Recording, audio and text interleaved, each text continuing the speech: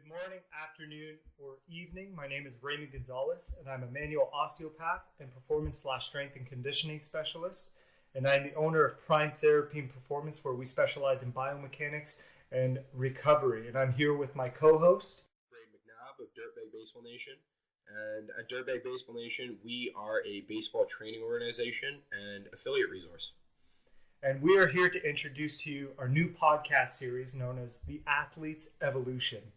And we're going to introduce to you our first episode known as Mindset, which we believe to be a very crucial part of human performance and all aspects of athletics and human life in general. So the first question is what is a mindset?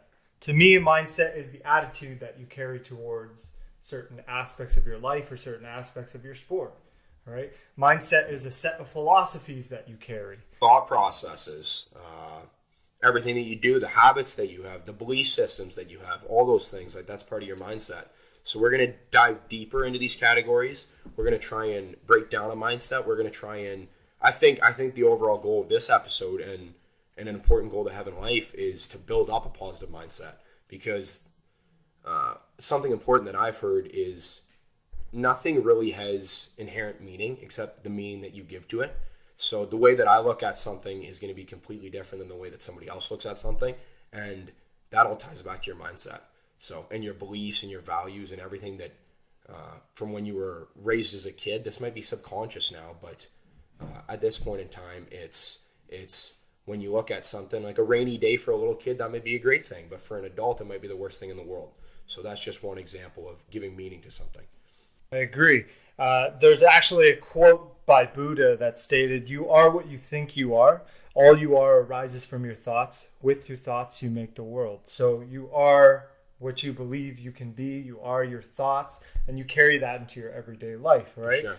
And we can even transfer this into other things like our environment. So the things we surround ourselves with, that could even be our relationships that we have, whether it be at home, with a spouse, or with family members, or with friends. So if you have toxic relationships, they're obviously going to affect your mindset. Sure. Whether you realize it or not, it could be such a subconscious part of your life, right? And your mindset can also play into the habits and the habitual things that you've developed, right? Things that I've carried on from as a kid and maybe still carry on today and believe in. Yep. One thing that I want to touch on that is if you look at yourself as the kind of person that deserves bad relationships, doesn't really deserve the most in life, doesn't deserve success, then that's what's going to get put out into the world. That's what you're going to get back, because you're going to surround yourself with toxic people, just like Raymond mentioned. You're going to put yourself in situations that reinforce your thoughts and beliefs. That's kind of the way we are. We're really, really habitual. We don't like stemming outside of our comfort zone. We like doing what's familiar as human beings. So if we have these negative thought patterns and we have a negative mindset, then we're just going to continue to search out what our mindset is. So, and that leads to a negative life, or the same kind of thing. If a person has a positive mindset, if they believe in themselves, if they expect the best out of their life, chances are that's what you're going to get. You know, tying back to that Buddha quote, "You are what you think you are." You know what? That's a big one right there. And building off of that, dealing with your fears instead of hiding from them, all right? Kind of finding that time to get outside your comfort zone to help yourself adapt and evolve as a human being and as an individual, Yep. right? In my opinion, life is always about learning new things. For sure. Being very open-minded, wanting to expand your horizons, whether it be physically or mentally. So for me, I think that's a big thing, is trying to kind of attack things head on instead of hiding away from things. Oh, for sure. And that will ultimately strengthen your mindset and strengthen your character. Oh, 100%. Right? Which, in my opinion, is one of the main things that coaches, all right, and elders or teachers or family members look at. Yep. The first thing they pay attention to is, how do you carry yourself? Oh yeah, and you a big thing that we do with coaching baseball is we look for the kid that has character, as opposed to the kid that, isn't the best teammate or has a negative mindset towards stuff, but has natural skill. because somebody with character, somebody with a good mindset, such as a growth mindset, those kids can be taught. Those kids can get good. But the people that have that fixed mindset and don't believe that things can change or believe they're great just the way they are, you know what? That's the biggest block in actually learning, is thinking that you know everything. You know, the minute that you think that you know everything, you're done learning. So, and that's a big one. I think another approach to try and improving your mindset is your ability to create a strategy, a game plan. You know, kind of find the things that trigger you into negativity and try to take the positives out of them. Try and strengthen those attributes about you. Whether it be writing down your kind of goals and aspirations. I know you and me have had conversations about this the past. Yep. You know, talk about really kind of setting the time to see how far I've come and where do I want to go, but making those little goals in between, right? These, again, are things that are ultimately going to enhance and open up my mind to bigger and greater pastures, you know? We're living in a time and place right now where, like, I think we're still wired biologically to really have to fight for survival and stuff like that. Like, even though we've evolved so much, like, we still have a lot of that monkey brain and that caveman aspects of ourselves where the main job of the brain, the main job of the mind is to keep us surviving. You know what I mean? And we're living in the time and place where our survival is pretty much guaranteed where we live. Like, we're lucky enough to live in Southwest Ontario, so we have all the resources that we need. We meet our biological needs. So with the mindset, what we want to do is we want to go from just living to all of a sudden thriving, right? Pushing past us just surviving to us actually thriving, us wanting to achieve more, us finding meaning, us finding purpose. Because our biological needs are met, a lot of people just get into the habit of just coasting, finding a job that they don't really like, but it's safe, it's secure, sitting on the couch playing video games. And there's nothing wrong with that, but just coasting through their entire life. And I think the mindsets now, a lot of depression, anxiety, different negative feelings kind of stem from a lack of meaning in life. And the mindset that we want to achieve is find something that you're passionate about and pick goals, like Ray said, and work towards that, because that overall will contribute to your level of happiness and level of positivity, and that's something that you need in your life. Tony Robbins said it best when he said there's two innate human needs, and that is growth and contribution. Growth being, okay, you're at a stage right now in your life, but have somewhere that you want to be down the line where you have to evolve to become that person. You have to push out of your comfort zone. You have to learn new things. Whatever it is, growing is a massive thing that we need. And contribution is the other thing, where it's me contributing to everyday life, me positively impacting somebody else, me making the world a better place. Whatever it is, contribution is another very important human aspect. And going back to the fact that you said a lot of people are dealing with anxiety and depression and stuff today. If you have ever read Willpower Doesn't Work by Benjamin Hardy, he states in there that you need to be able to differentiate and separate that acute stress environment and that high recovery environment, as that high recovery zone is where your best ideas and your best healing and all the good parts of your life and your mindset start to come together, right?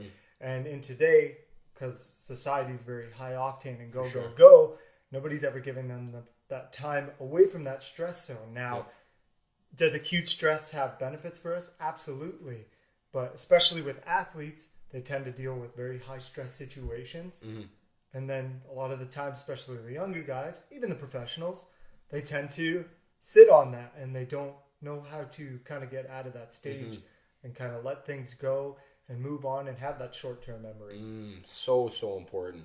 And correct me if I'm wrong, but I feel like a lot of people get kind of stuck in the fight or flight mode and don't ever end up going into the recovery mode. So like they're just always firing on all cylinders. And like you said, like that's not an optimal state to be in. An optimal state is where we do have a little bit of stress, but we let our higher mind, or we let whatever kind of take over. And the optimal state being flow, where you're not like actively trying to pursue thoughts and stuff like that. It's just kind of coming to you. And to get into that, you do need a bit of stress, but at the same time, like, you can't be way too stressed out. Absolutely. So, and I think this is where creating daily rituals that are kind of aiding you and For pushing sure. you in the right direction are going to be great value to you. And I think understanding the physical and emotional connection is huge as well, right? So usually when I'm talking to clients, whether it be in relation to training or therapy or nutrition, I'm usually telling them, yes, the physical and the emotional are separate entities, but they also interact with each other and affect each other, right? So the example that I usually use with people, if we're talking, let's say, movement or nutrition, if I have a negative kind of flow or negative mindset going on, and I go to train or I go to eat, my body's producing these negative chemical reactions that are ultimately going to lead to poor results, poor performance, poor health. Whereas if I have these positive mindsets and positive thoughts and processes going on through my head, then ultimately I'm going to have better training sessions, better performance on and off the field, all right? Or in competition. My nutrition is going to get absorbed a lot more effectively. Yep. So these are more the anatomical and physiological things that are going to get affected, which we'll get into a little deeper into later episodes. But understanding that physical and emotional connection, that's why they say that mind, body, spirit connection. Oh, for sure. That when you're able to kind of discover and figure out how you as an individual kind of fire and what makes you tick and what makes those three elements connect, right?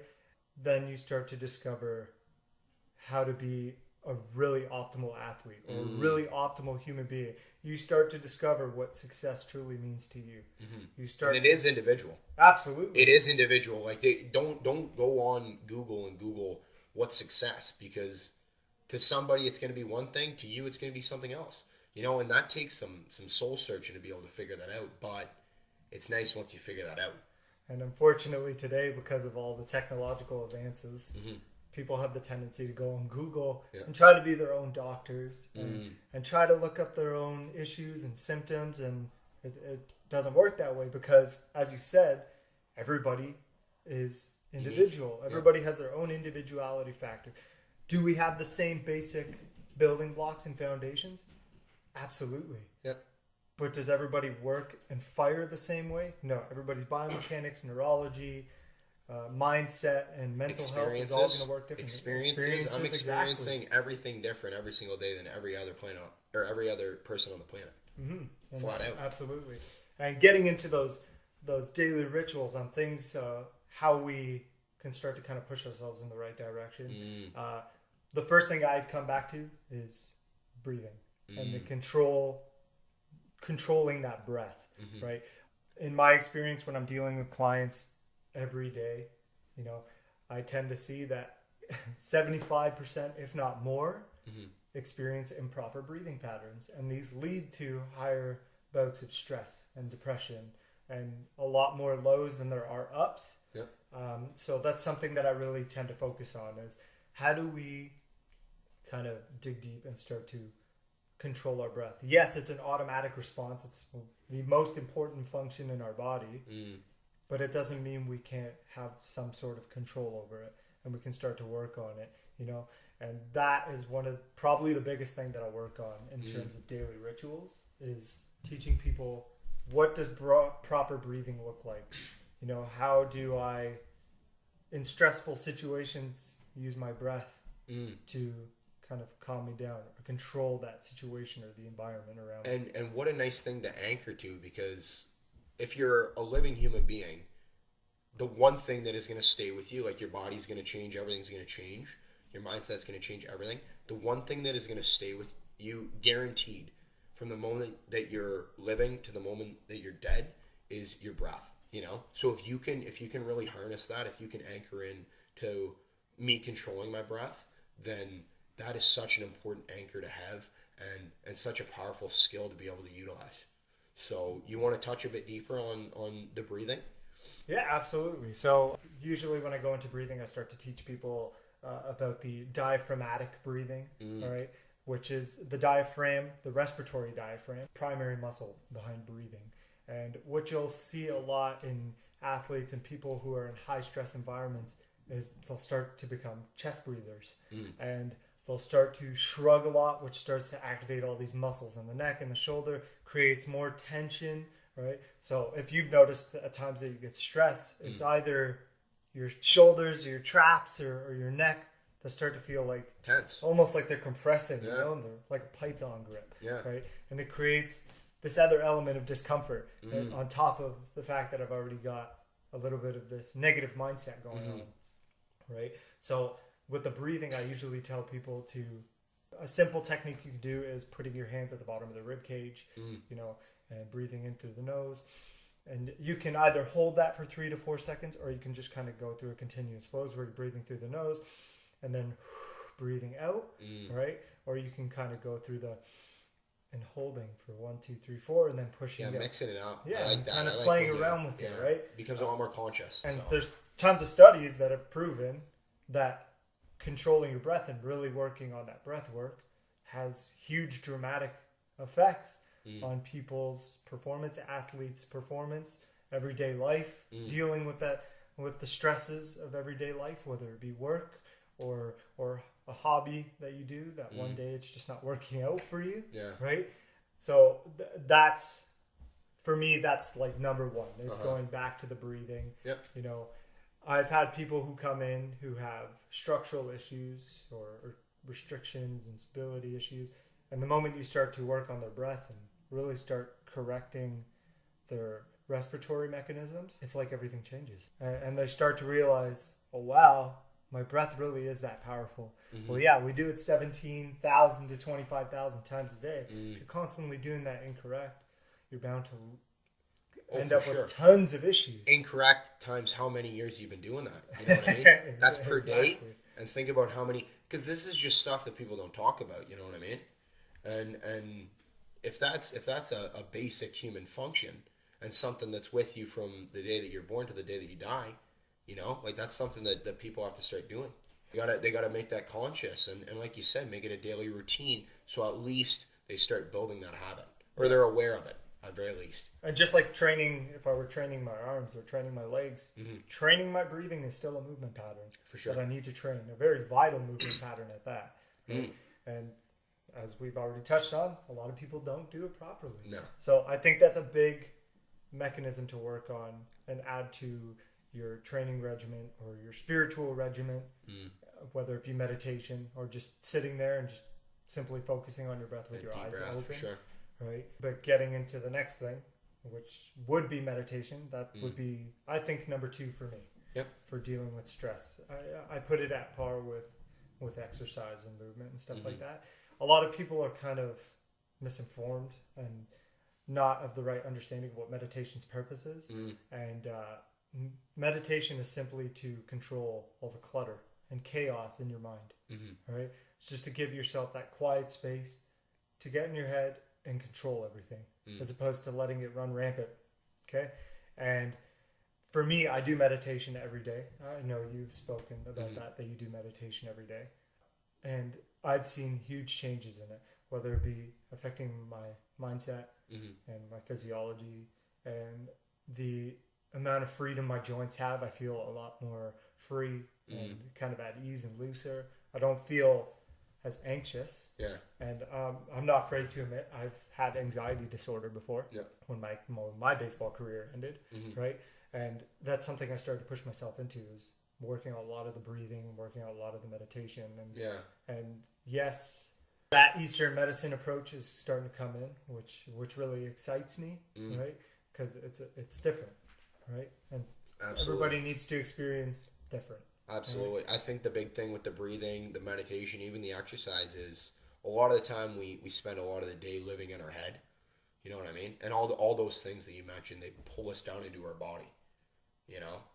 Keep us in tune. They do. They really do. And if you can feel yourself down in your body, if you're not up in your head just running through different scenarios, different stuff, overthinking everything, then you're going to be able to enjoy your day a lot more, and you're going to be able to look at reality a lot better. You know, you're going to be able to see things for what they are instead of you labeling them or your brain trying to turn them into something else. So I like it when you can just get even for a couple minutes, if you can just get pulled down into your body and really feel the breath, or like Ray said, kind of harness the mind a little bit, that's very, very powerful stuff. And that compounds over time if you can make that a daily habit. And you know what? When I meditate, some people might think this is far-fetched, and some people are big believers in it. Yep. But when I get into really deep meditation, I actually feel like I almost get kind of messages subconsciously from my own body and from the earth around me and the energies that I'm exposed to. You know? Become like deeply in tune. Yeah, exactly. Yeah. And like I say, it's similar to dreaming. When people have very vivid dreams, a lot of the times those dreams actually have interpretations to something in your life. For sure. The right? creative types like Michael Jackson and stuff like that, Prince, they would get dreams and they would act on it instantly. Exactly. You know what I mean? Because they knew. The successful business owners of the world, like the Bill Gates and the Steve Jobs, these guys had seen things in their own mind that had them create the ideas that they did. Stuff that didn't exist before like they got those visions and they made it happen. And these elite athletes in pro sports, they all had that aha moment where they were like, okay, I feel this, I get it. I understand why I need to focus on certain things, and I need to take care of my philosophical approach and kind of mental approach to everything, and how it's going to take me from point A to point B and make me not only a better athlete, but a better person. Yeah. Oh, for sure. Coming into the league, like any sport, you know, like those kids have a tough time transitioning, you know, or young actors or whatever it is, because as kids we don't really appreciate it as much, and we don't take as much time. Plus, we don't really know who we are as people. So young athletes getting millions of dollars thrusted upon them, young actors getting all that money thrusted upon them, all that stuff, like that's overwhelming. So that's why you see drug addictions and different stuff like that, where, like you said, those successful athletes, they have a turning point. Maybe when they came into the league as a young kid, like they were that way. You know, maybe weren't as grounded, maybe didn't understand themselves as much, maybe we were just happy to have a ton of money. But the ones that succeed and have 40-year careers, but play till they're 40, they have that moment where it's like, okay, this is what I'm doing, this is why I'm doing it, and everything just clicks. Yeah, and we all have that moment as a kid, especially guys men and women who want to become athletes or pro athletes. They had that moment where they were like, this is what I want to do. Yeah. for most of my life. Yeah. All right. Because it brings a joy to me, you know, it gives me a different headspace. It gets me somewhere else, you know, and it makes me want to push myself and ultimately discover what my potential is as an athlete or an individual. And right? people glorify being a professional athlete, you know what I mean? From the outside looking in, it's like, okay, these guys make a ton of money, like these guys get to play a sport for a living or whatever it is. These people work their asses off. You know what I mean? Kobe Bryant, one of the best to ever do it, that guy was taking 10,000 shots a day. Don't quote me on it, but something like that, you know what I mean? If he needed to fix something. I heard a quote the other day by Coach K, and he was talking about Kobe, how Kobe couldn't shoot a flat-footed three because he was so used to being double-teamed. So he was always taking threes on the run. Or not on the run, but in movement. And when he got to Team USA, like it was a Team USA team that Coach K was coaching, and Kobe was on it, and LeBron was also on it. So this took away the double team from Kobe. So Kobe all of a sudden started getting flat-footed threes, the chance to shoot those, but he couldn't hit them because he wasn't used to hitting them. So Coach K said, like, look, Kobe, you don't have to hit them on the run anymore. You're not getting double-teamed. So you got to start hitting these flat-footed threes. So right after he said this, Kobe took his time in the gym right after Coach K let him know, like, you got to start hitting these, took 10,000 shots. By the next day, same thing, 10,000 more shots. You know what I mean? These professional athletes work their absolute asses off because it's something that they want to do. And like you said, when you tune into the fact that it is something that you want to do, nothing's going to get in the way, you know? And going back to what you just said about Kobe not taking these flat-footed threes, sometimes it comes back to a sense of fear of failure, right? People are afraid to fail. A lot of people look at failure as failure, right? as I didn't succeed, when in reality you should look at failure as a teaching opportunity, a learning opportunity, because chances are you're going to fail a lot in your life. You're going to fail a lot as an athlete. The successful ones do. Yeah. The unsuccessful ones end up retiring early because they can't handle the fail. Exactly. And what they do is simply take positives from the negative, right? And they kind of study themselves and try to figure out, how is it that I can take that failure, get back up, adjust myself, come back, try to do the same thing, but now I'm going to crush it, right? Oh, yeah. And it's trying to get out of that fear of failure. And a lot of people deal with that. You know, I see a lot of athletes that I train and work with deal with that kind of stuff. And then I see a lot of clients who come into my treatment room who are dealing with an ailment or an injury, and they have this fear. Like, where do I go, and do I kind of have the mental fortitude to get myself there? Right? And it's always like, you know, baby steps. Oh, for sure. There's progression and regression in everything, and we need to move forward. But the first thing you need to do is get in the right state of mind, right? Whether you can use positive self-talk to it. Okay, some people might think you're crazy when you're driving in your car and you're talking to yourself, or they might think you're on the phone. But if you're in your car, you know, driving to work, you can kind of tell yourself, or even in the morning when you get up and look at yourself in the mirror.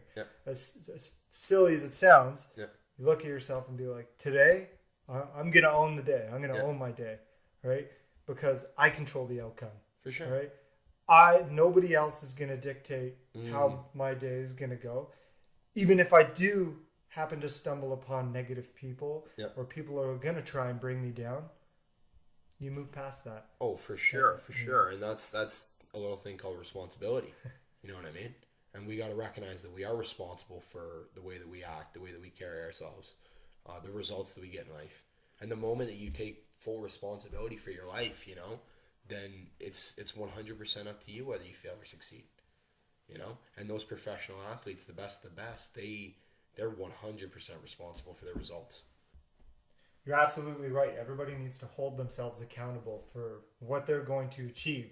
Us as coaches, and me as a health professional, strength coach, and even your teachers and your parents, they can only give you advice and guidance and give you the tools, but ultimately we can't babysit you. No. You know, I can't see what you're going to do at home. I don't see how you're eating. I don't see how you're working out at home.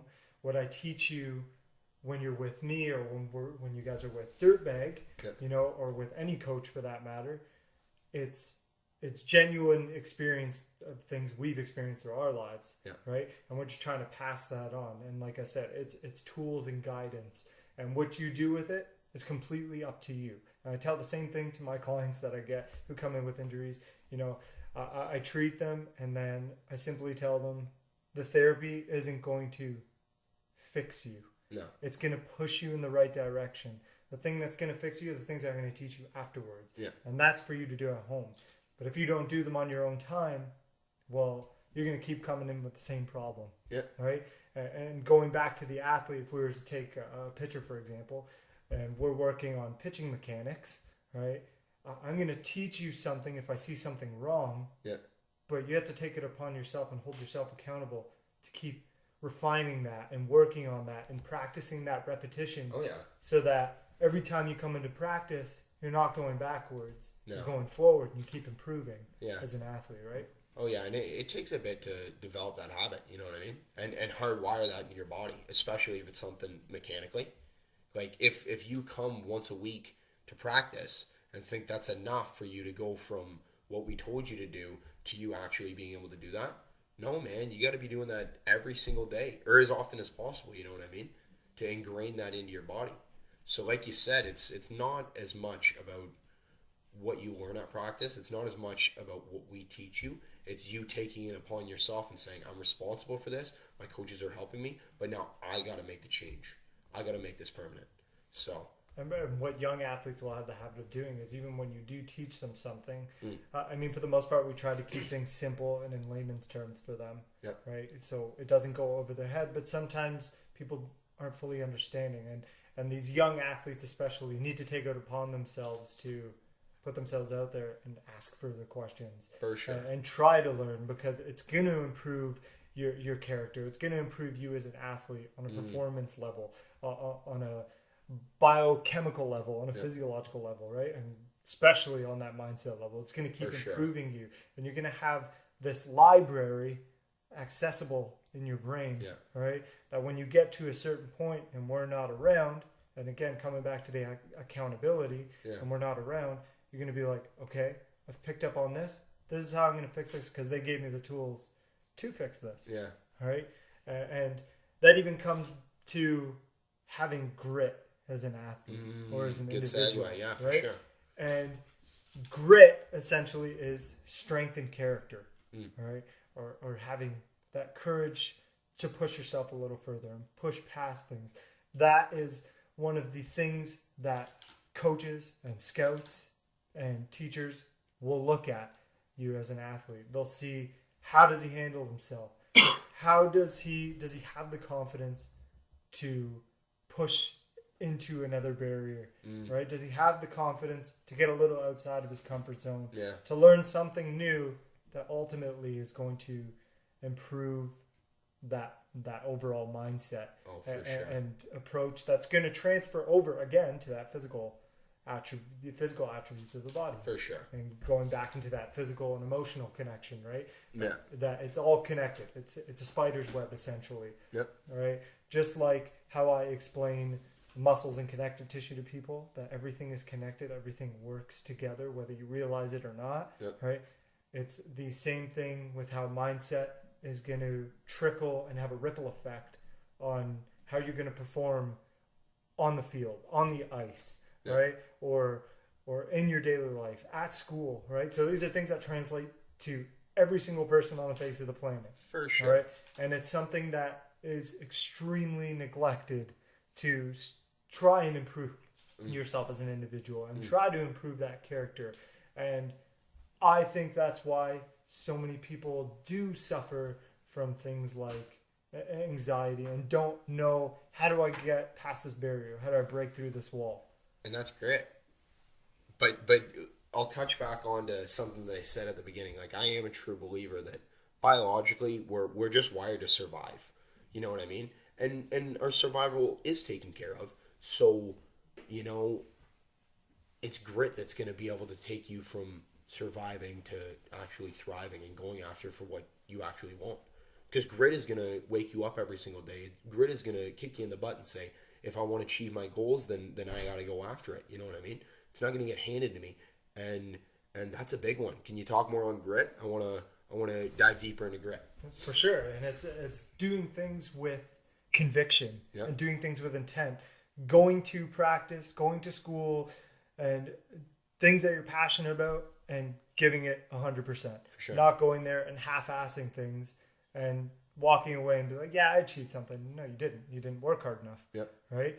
It's, like I said, having that intent to want to improve yourself. You know, if, for example, we'll go into baseball with this one, right? But if I have a pitcher or a hitter and I go out there lazy and not giving that conviction to hit the ball or hit the strike zone, well, then chances are I'm going to fail more often than not. For sure. Right? Whereas if I have that intent to, today I'm going to exceed, don't worry about the wall.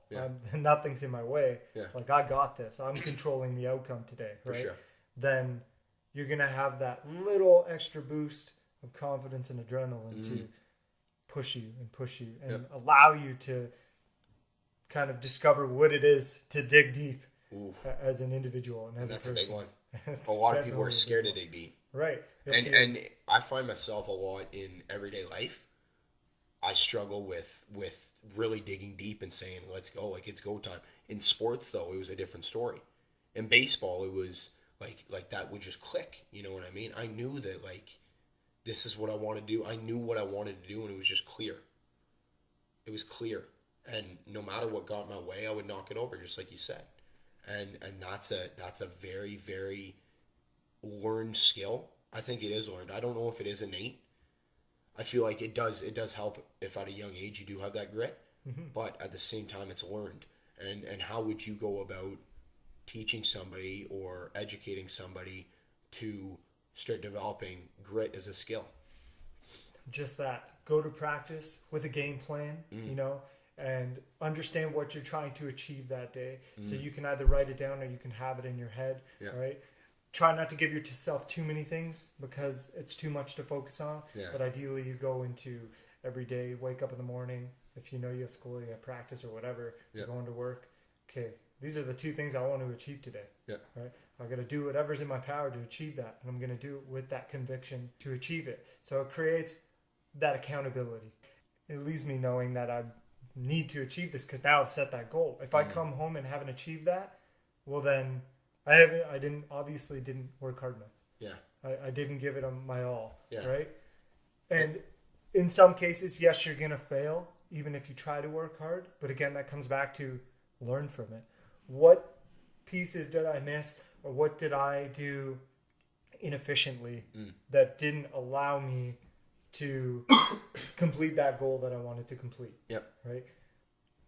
And the big one on that is set massive goals, absolutely, and work towards something. And at the end of the day, if you try your hardest, if you know that you gave it your best effort and still didn't achieve the goal that you set out to achieve, then 1, you can pat yourself on the back, but 2, you're exactly right, then you learn from it. Where too many people, it'll be the end of the goal if they hit that barrier. So two criteria is you trying your hardest to achieve that, doing your best. And if you do that, you can pat yourself on the back. But then if you don't achieve it, you're right. You gotta figure it out. You gotta make a change so you can achieve it. And something that I try to teach all my clients or all my athletes, and I tell myself every day, for me, in my opinion, I believe there's more than one reason to life. Yep. Okay. And one of those reasons for me is trying to, learning, right? And trying to discover what me as an individual is capable of. What's my potential, right? How can I try to improve every aspect of my being on a mental level, on a physical level, and on a spiritual level? That doesn't necessarily mean religion. It could mean spiritual in the sense that I'm trying to get more in tune with myself. All right?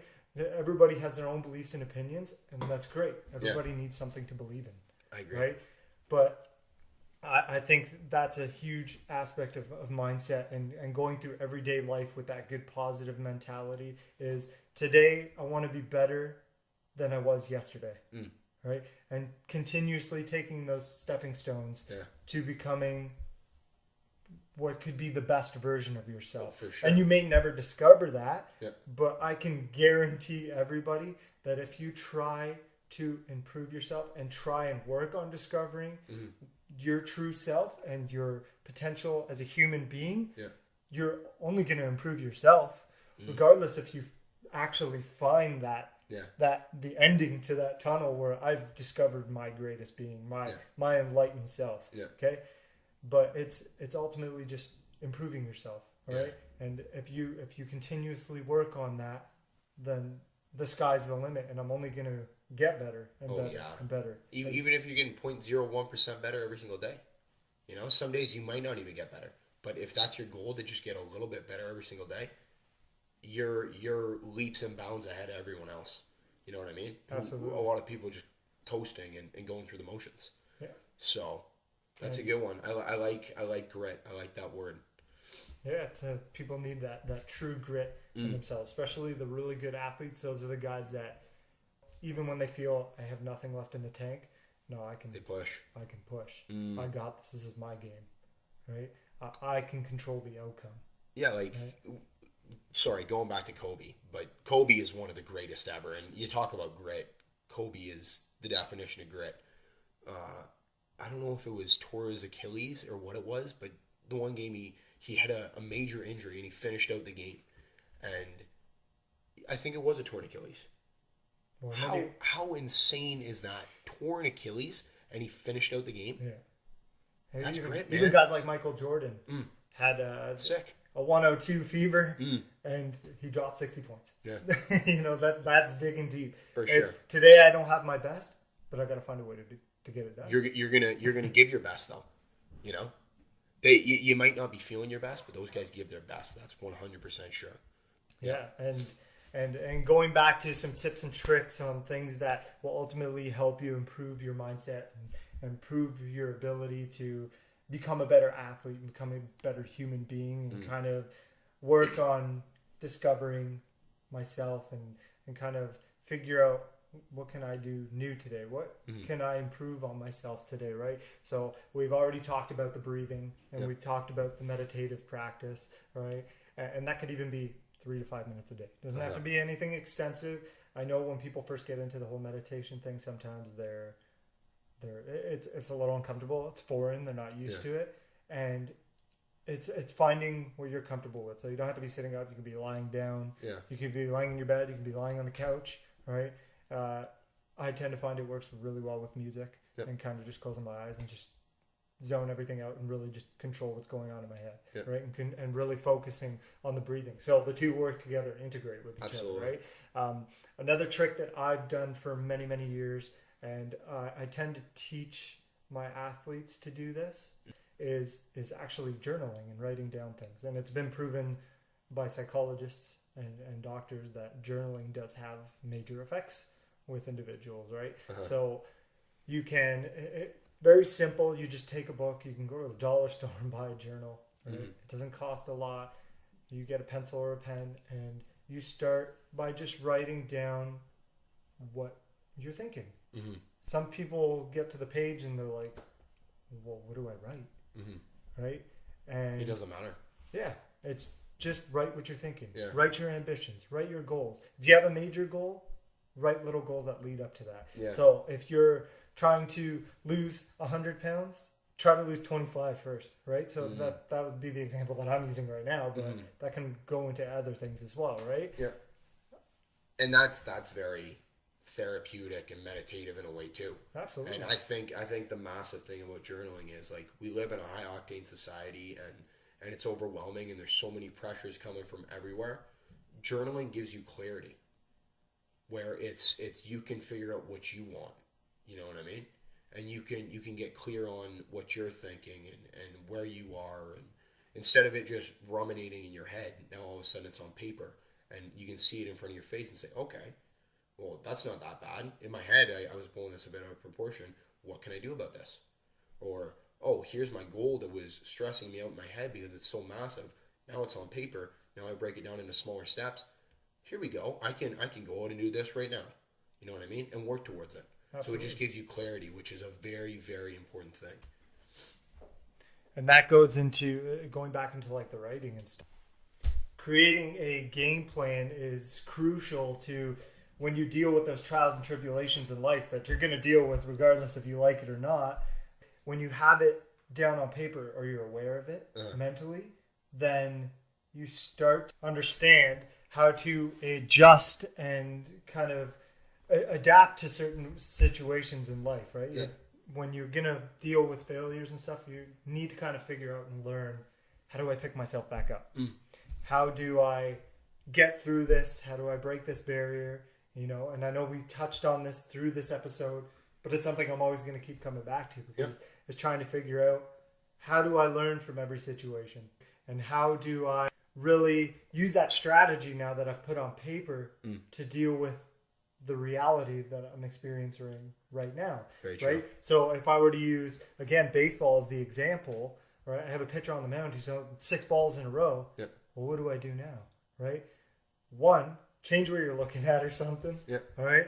2, kind of take a breather. All right. Just kind of reset yourself. And in some cases, I've even gone out to the mound and kind of told the pitcher, the athlete, you know, something different to focus on. Whether it be me asking, what are you having for dinner today? Right. Something very simple. It just kind of gets their mindset off. A lot of times they laugh it off and joke about it. Right. But sometimes people just need that reset. Right. And we have that ability in sports, because for the most part, sports are very stop and go. Basketball and soccer are a little more go, go, go. But for the most part, we have those periods where coaches and even teammates kind of communicate with each other to be like, it's all good. For sure. Don't worry about your mistakes. We're going to keep moving forward. you know, like it happens, right? Yeah, there's nothing you can do about it. Yeah. Yeah, don't dwell on it for sure. And people need to understand we're all humans. We do make mistakes. And that's right? part of it. Right. But if you have a really good foundation and strong mindset, then Mistakes are nothing. Yeah, it doesn't matter. Doesn't matter what hits you. Just a part of the game. Okay. Yep. No, I agree. Next one you got listed there is setting up your environment for success. Yes. So setting up your environment for success. So coming back to Willpower Doesn't Work by Benjamin Hardy, he wrote it very blunt and very simplistic and very simple about how your environment ultimately can dictate the individual you're going to be. So we talked about the relationships being a part of that, but it's also how you set up your surroundings at home and at work. If you have things that ultimately make you want to achieve something or help you get out of bed in the morning, right? I feel like if you don't get out of bed in the morning and don't have something to work towards, then it's just like, I'm just going to go through the day. Yeah. Right? But if I get out of bed in the morning and I have my routine, get up, okay, brush my teeth, go have breakfast, maybe do a little meditation or just kind of get myself in tune with the day and the environment and the nature around me, right? That is what setting up your environment is. It's just essentially having the right energies and kind of output to you. Outsource motivation, outsource kind of the direction that you want to go in. So you're right. If your environment's a constant reminder of who you want to be and what you want to achieve, it becomes a lot easier. You know what I mean? Because then even when you look at something up on the wall and it just reminds you of why you started or what your overall goals are, then it's a lot easier. Where if you got random stuff, like pictures of movies or whatever, or random pictures and junk food and crap like that in your environment, then it's going to be a lot harder. You're going to have to use a lot more willpower, like he talks about in Willpower Doesn't Work. His whole idea is we have a finite amount of willpower to use, so why use the willpower trying to drive us to do stuff? Why not outsource it to our environment so we don't have to use our willpower resource? It's just our environment reminds us, now I go and do what I'm supposed to do. Absolutely. So that's a big one. And very little people, like, until I read that, I never even thought of that. It never even was a thought in my mind how important your environment is and how it shapes you. The truth is we can talk about mindset and everything mind power for days and days and days. And we plan on it. Yeah, and we've only scratched the surface. And we do plan on touching on things that relate to the mindset in the future as well. Our next episode actually will include parts of the mindset as they kind of mesh together. And we'll be talking a lot about adaptability and what it is to adapt and how do we adapt and evolve as individuals and athletes. How do we create good habits, right? Those are some of the things that we're going to talk about in our next episode. I'm Raymond Gonzalez, manual osteopath and performance specialist. And I hope that you guys learned lots of things and opened up your mind a little bit. And if you ever want to chat with any of us from Dirtbag Baseball Nation or Prime Therapy and Performance, you can reach Dirtbag Baseball Nation at Dirtbag Baseball Nation for Instagram or at PTP Health, which is Prime Therapy and Performance. And I'm Brady McNabb from Dirtbag Baseball Nation. And like Raymond said, we can go on for days about mindset. And we do plan on doing that. We want to dive deeper into every single thing that we talked about today and give you guys resources, give you more information on those and books and ways that you can learn a bit more. But it's got to come to an end. So, thank you guys so much for listening, and we look forward to seeing you next week.